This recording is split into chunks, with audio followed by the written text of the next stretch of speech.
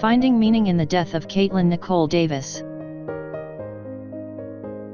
In 1321, Dante Alighieri wrote in the Inferno how the consequences of suicide were immediate damnation, a casting into hell to almost the same level containing no less than Judas Iscariot himself.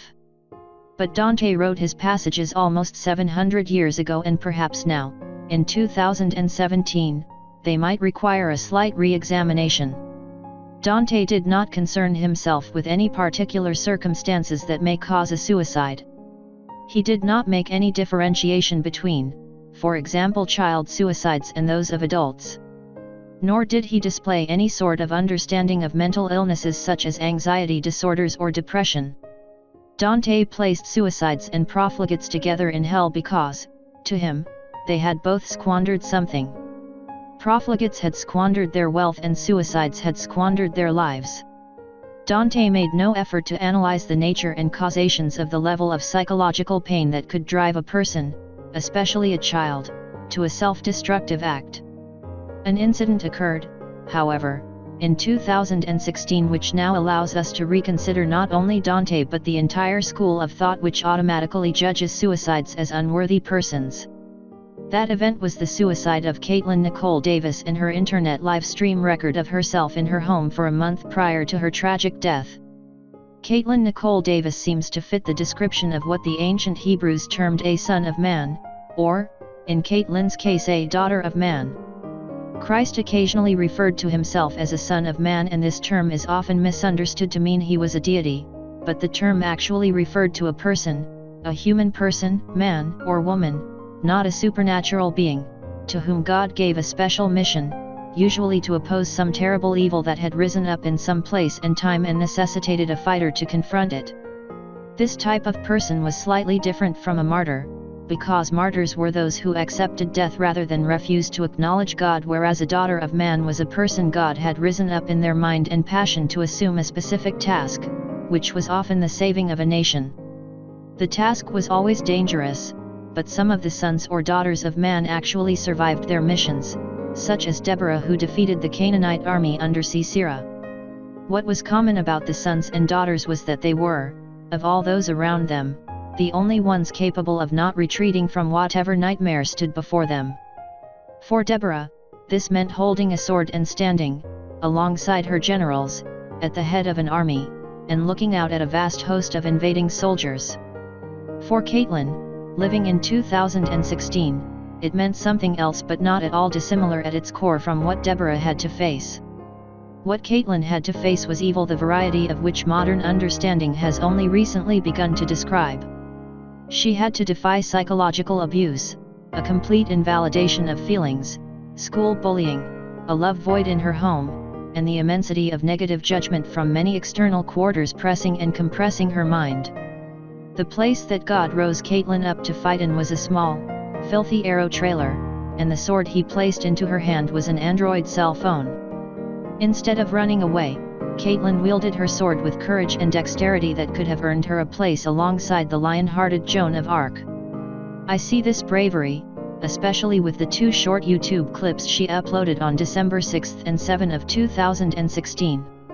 Even as areas, sections, and parts of her mind were being assaulted, overwhelmed, and trampled, she gave 2 beautiful brief performances that are meant to be uplifting gifts, which when combined with the live streams, created both an art and a message as enduring as the Diary of Anne Frank. In fact, there are few people in all of history I can think of that fit into Anne and Katelyn's category, that being one of a very young person who created works of art that brought future observers into their lives in an incredibly personal way immediately before their death from murder or abuse. Many non-thinking viewers yet cannot see that Katelyn fought to give us those clips, and the rest of her live streams, with horror at every turn and the added psychological burden of death watching her from every corner. I believe that she knew in her subconscious, if not in her conscious mind, that she would have to soon die. There are 2 ways to view this girl. One is simply as a suicide who decided, all of a sudden and on a whim, to take her life.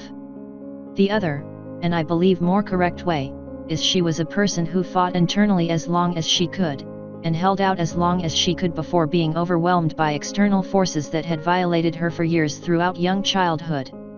Even with subconscious knowledge of imminent death, she still held on, like a Deborah, to try to save a kind of nation, the nation of the suicidal, the abused, and the alone. She gave, like a Deborah, what she could with limited resources. The result of her fight was a kind of victory, although she did not survive to see it. Katelyn made videos to entertain us as she was able, and even drew out from the depths of her fracturing self a sense of humor intended to solace us all. Such was the defiance of this daughter of man. An anticipated criticism of comparing Katelyn Nicole Davis to historical figures such as Deborah, Joan of Arc, or Anne Frank is that she, a mere suicide, should not deserve this kind of comparison. Yet, in my estimation, she markedly deserves such likening because her final actions resemble an archetypal pattern characteristic of spiritual fighters who defied both evil, and the danger that evil brought, as long as they were able. The difference between Deborah, Joan of Arc, Anne Frank, and Katelyn Nicole Davis is not the level of fight they produced but the species of threat that descended upon them. Deborah and Joan of Arc fought against standing armies and were able to meet them with standing armies of their own. Anne Frank had to internally combat the complete collapse of safety surrounding her home and did so with her diary. Katelyn Davis had to fight the total destruction of her self-esteem, the suffusion and inculcation of worthlessness as a result of molestation, invalidation, and bullying which reached far into her psyche. What Dante lacked, through his creation of a literary world in which someone like Katelyn would be cast into hell, was any kind of understanding of developmental psychology. He lived in times when it was not understood that the human mind is in many ways malleable, is formed into shape over time, is not something that arises spontaneously into a finished form, and this is especially true of mind formation in children. One characteristic of a child's mind which must develop is some notion of self-worth, an inner confidence and dignity, and if this element is eroded, throughout the child's most formative years, or not allowed to develop at all as a result of systematic physical or sexual abuse or neglect, the result can be a child that places such worthlessness upon itself that suicidal ideation can become a major part of his or her thinking. This was undoubtedly what had intruded, over years, into Katelyn's mind.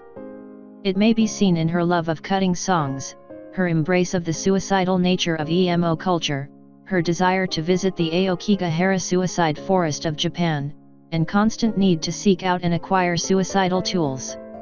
This suicidal ideation, the temptation to end her life growing to monstrous proportions, was the real enemy she fought, and it is the heroic nature of that fight as we see it in the live streams that I hold her in such high esteem. Anne Frank actually provides a kind of transition from a Joan of Arc fighter to a Katelyn type of fighter. Anne's diary is a contest against an evil lying just outside her home, the prowler, and ready to pounce. Her test, as she wrote the diary, was psychological, less physically wieldable than Joan's, who at least could meet her enemy on a physical level.